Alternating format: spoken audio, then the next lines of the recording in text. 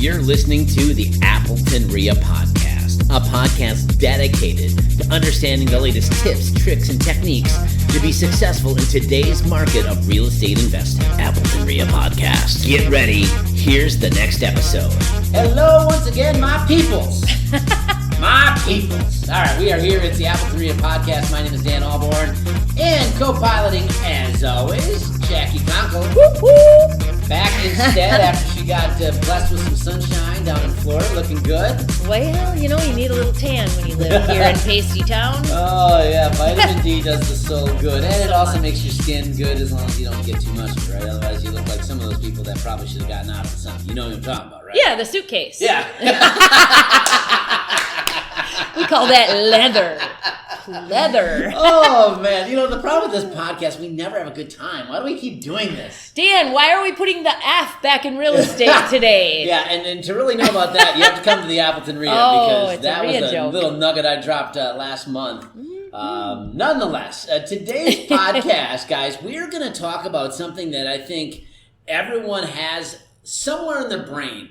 And only because of a video that, Jack, you brought to me, but you saw too, a Dave Ramsey video. The topic of today is, are we in a bubble? And maybe, Jack, just talk a little bit about this video, because it actually flipped my thinking a little bit too, based upon what Ramsey said. And it did. This is the topic, right? And all of us are trying to hypothesize. We're all trying to get out our crystal balls and try to figure out when is the market going to drop, what's going to happen, And I think part of it, Dan, as we were talking, it really is it's been our reality, right? Since we got involved in real estate right about that time where everything was bursting, which is when everyone else was getting out. Right. We were running into the burning building. Sure. But we saw the prices of homes go backwards. Mm-hmm. But the reality is that's never happened in the history of the history, right? I mean, property appreciates. Right. Property doesn't depreciate. Right. But it did. And so we all have this feeling and this shell shock, if you will, that, it happened. And now all this other stuff seems so artificial with the inflation and, low inventory has been driving prices like crazy, 100%. Right? I mean, you're seeing it too. You're getting that $20,000, $30,000, $40,000 over asking. You're getting 10, 15, 26 offers on one property in 2 hours, Yeah. And so we're thinking, oh my gosh, this can't last forever. It's going to go backwards. Right. But in reality, and Dave Ramsey put it so eloquently through this video that he put out, the truth is it's not going to necessarily go backwards. It's going to level out. Sure. But these are the new prices. Yeah, and that's really what we're seeing right now. Now, the other thing to take into mind, too, is that there was a unique situation that happened back in the early 2000s that was really the precursor of why that was. Right. They were pumping everything we're saying today that, yes, property continues to increase, and people were getting in the hysteria, but here's what the other thing that was happening. They were writing a lot of bad mortgages and notes to people that should have never had that type of, you can't have a $200,000 property or get if you don't have a job. If you don't have a job and an income. Yeah, I work at McDonald's, right? But it's just stated income. Yeah, I make, $1 million a year. Well, we wish we could all say that, but they didn't verify that. So they had all these subprime notes, and you do any bit of reading on that, you watch the movie The Big Short, some of that type of stuff. There's tons of research out there that you can figure out what caused that to happen. But when those basically... It was artificial. It was artificial, and then the government said no more. Right. And then it was literally like a light switch that all these brokerages overnight, we have good friends of ours that were in that business, Jackie, that they were out of business the next day. Yeah. Right? And everyone's calling them saying what's going to happen.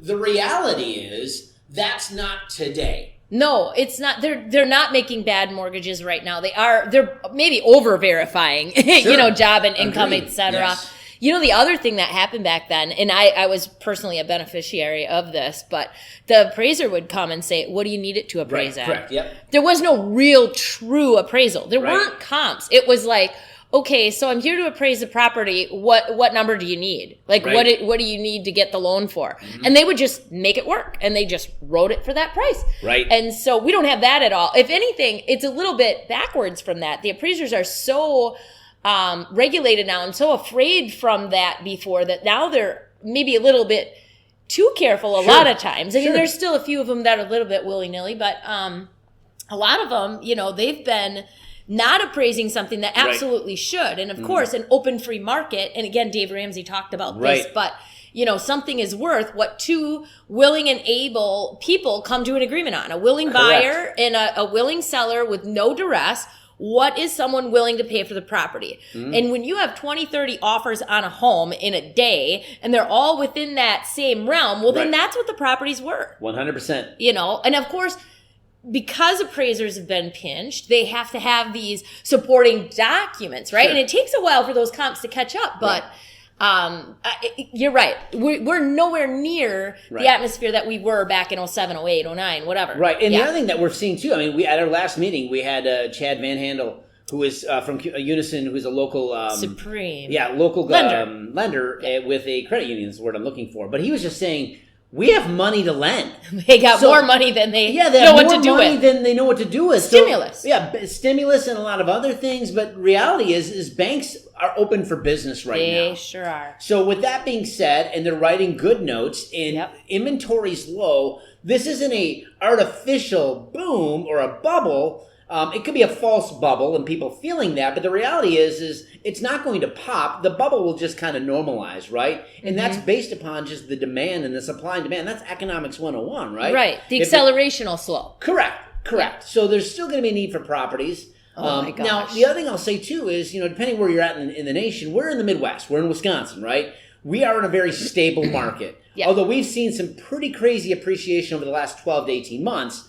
There are other markets like, in California, in other areas where they have super high booms that could be more of that boom bust market where they could see a faster decline. The values may kind of really flat. A faster leveling. Correct. Not faster necessarily leveling. Right. Yeah. So you may have to be more aware there, but if you're in a Midwestern market like us, if there are changes in the market, we're not leading the charge, right? No. Those major markets are going to show that, and then the downhill slide will be eventually it will catch up with us. So, if you're keeping a pulse on what's going on nationally, that's always a good indicator of if you're in a local or a smaller market of what's to come. And everything we're seeing from inventory being low and the prices of owning a home is actually still cheaper in many cases than, the other routes of living in a property. So and rents are up too. I mean, it's all just gangbusters. Economically, it makes sense to own a home. Yeah. It really does. So, and there's a lot of options for people today. There's just no inventory. So that's where we are today. And as building starts to pick up and as interest rates go up and there's more inventory and less, the demand goes down, the less demand, then we're not going to start, we're not going to continue seeing that $20,000, $30,000, $40,000 over asking, which was already over what we thought it was worth. We're going to start seeing it level out where you're getting more closer to that asking price. But I don't think, and I agree with Dave Ramsey, I don't think it'll go backwards where the house is worth less than what you bought it for 2 years ago. Right. And right now building materials, I mean, we're here, mid second quarter. What are we? Yeah. I can't do the math. Yeah. Third quarter? It's May at the time of recording, May 2021. Yeah. So you do that math for me. middle second quarter, Jackie. You're there. And building materials are just redonkulous, right? But we not too long ago had the Suez Canal thing. We still are feeling effects of COVID and the production. A lot of these employees aren't coming back to work because they're making more from the government on unemployment than they do going back to the job, and they're not going back to the job. So, but it's not for lack of trees. Produce. You know what I'm saying? So the price of lumber will normalize, like anything. There's always ebb and flows. We were talking about this earlier. Materials can increase and decrease depend on supply and demand. It's just lumber, which is a core material that you use for building, is astronomical right now. But that will come back to reality. And when it does, more new homes could be built, which just adds inventory that wasn't previously there. Right. So it's all gonna come back. I guess all this is to say, the only thing that I can really see of, inventory changing, obviously people just, loosening up a little, interest rates going up, but all the deferments and the moratoriums on the foreclosures, right? As these moratoriums come off and the foreclosures are able to happen and we're able to fill a little bit more of the market with those foreclosed properties, as well as the people who took the loan deferments and then it caught up with them because they didn't realize what was in the fine print and they end up losing their homes because of that. Those will pump the inventory a little as well, but it's nowhere near the flood that we had in 2008, where there was, you could find 30 foreclosures a day on the website. People built businesses out of foreclosure in real estate. They had business models and things like that, and that was just their lead channel, right? Yeah. They used that exclusively, and now that's the opposite side of that. Now there's none of that. So with anything, you always have to pivot and make changes in your business to be successful. But you're right. That will become more regular, but not to the nearly to the level. Yeah, maybe we'll get one a day instead of, one a year. Right, exactly. Oh my goodness. Exactly. Yeah. So I guess with that being said, knowing that we're in a bubble, but it's not going to burst, right? The bubble will just normalize, and I think we'll just continue to see appreciation, which historically always has happened with real estate. So I guess listening to this today, Jackie, I guess what do we say to the investor? Because obviously we teach students, we always teach them to be very conservative. I don't think we're saying be very aggressive now in your offers and make sure you're overbidding and overpaying, right? I don't think we're saying that at all, are we? I absolutely am not saying that. And I'm, me, I'm like probably the most conservative person out there. However, I think more so what we're saying really is don't keep counting on the prices going so crazy when you go to sell. You're not going to be able to continue making up for that lack of your proper budgeting or your proper bidding when you're buying. So you still want to buy it right, because you can't count on it selling for $20,000 more than it's worth, and somebody waiving the appraisal gap and all that kind of stuff that's happening right now, because that's what's going to go away. Mm-hmm. But you also don't need to count on saying, well, the comps are showing this, so I should subtract some in case it goes backwards. Right. That's what I'm saying you can get rid of in your mindset. Plan on it comping out at what it comps out at, and nothing more, and then you'll be safe. Yeah, because the reality is you can always add to that. You can't take away. Good point. If you're comping and think it's going to be a $200,000 property, but really the comps today are saying 180, 175. Really, your offer should be based on that 180 to 175 versus the 200, because that's just cherry, right? That's that cherry and the whipped topping on the sundae. It's like that's bonus, right? Yeah. You bought it right to begin with. You get paid for that. But if you're trying to play in futures and trying to be Nostradamus, you might win on some, but I'm going to tell you, you're going to lose on a few, and it could be the one that breaks the camel back. Because if you're churning like that, eventually it's going to be bad. It'll catch up with somebody somewhere. You're going to be writing checks versus getting checks at close, which is all that's the whole goal, right? This is how we make our money in transacting real estate, paper, what have you. So if you do it wrong, either you're going to be stuck with something and you become a landlord, maybe you didn't want to, or ultimately you buy the property and you're selling it for less than what you're into it, and therefore you are writing a check to settle the property. So just like we always say, set yourself up to win. Because who wants to waste time losing? You might as well just stay at home and play solitaire with your kids, rather than spend 3-4 months in a property and then just turn around and write a check for 10-20 grand. That's just not worth it. Yeah.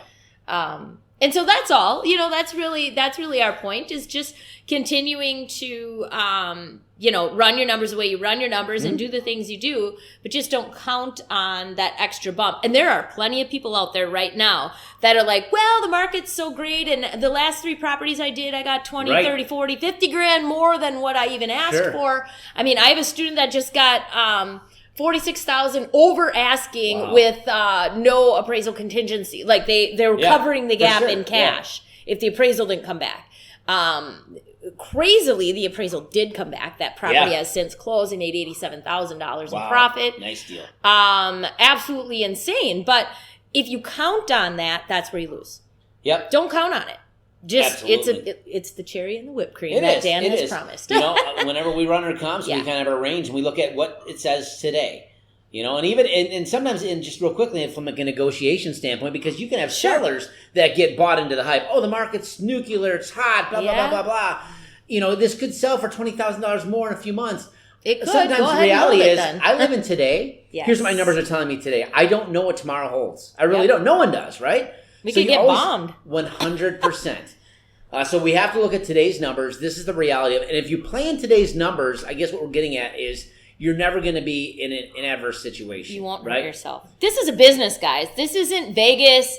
This isn't betting on futures. This isn't, a day trading, thing. This isn't some sort of a crazy hobby, unless it is for you. But where we're sitting, this is our real business, and we like to have a for-profit, not a not-for-profit business. So that's where our advice comes from. We hope that this, banter back and forth here in this topic has helped you because I know that's like our big question. Right? Everybody comes to us as though we had this amazing crystal globe and we could foretell the future. This is about the best we can do in foretelling the future, and that is just telling the truth and really just look at your numbers and do what you need to do. But you can go look it up with Dave Ramsey. Are we in a housing bubble? He has some really good points in there, and we've shared kind of back and forth today. Yeah, I would say people can be on different ends of the fence with Ramsey. Obviously, got some good information. That video is great. You can duck, no go, matter who you are, whatever. Yeah, exactly. Yeah. I think he's got a lot of experience in real estate specifically. So when he says things like that, it does take some credibility. It gives a lot of credibility to what he leads to his insight on that. So, well, awesome, guys. Well, listen, here's the deal. We'd love to see you at a meeting. We are now, if you want to find out what's going on, Appleton REIA, it's appletonrea.com. Phenomenal new location. If you've not joined us for a meeting, the last few meetings have been gangbusters, Jackie. Just really great people, great information. It's at the DoubleTree there in Appleton. So if you want to find information, location, sign up. Not to mention all the benefits of being a member of the Appleton REIA, being a national REIA, a Life and Air REIA, and all the other cool local perks of other vendors that are part of our club. Go online, appletonrea.com, to find more information. You can hear podcasts. Have I said enough? Check out the website, right? And hopefully we'll see you at the next meeting. I'll actually be presenting, so we'll find out a little bit about pitfalls that can really prevent you from being successful in real estate and what not to do, right? And I can maybe speak to some of them personally that I've done, but also things I've experienced in my umpteen years of real estate. So should be a good meeting. Look to see you guys out there, and may all the information online, appletonrea.com. All right, so until we speak next time, have yourself a good one. You've been listening to the Appleton REIA podcast. See ya. Bye. You've been listening to the Appleton REIA podcast. For more information and other episodes, visit us at appletonrea.com.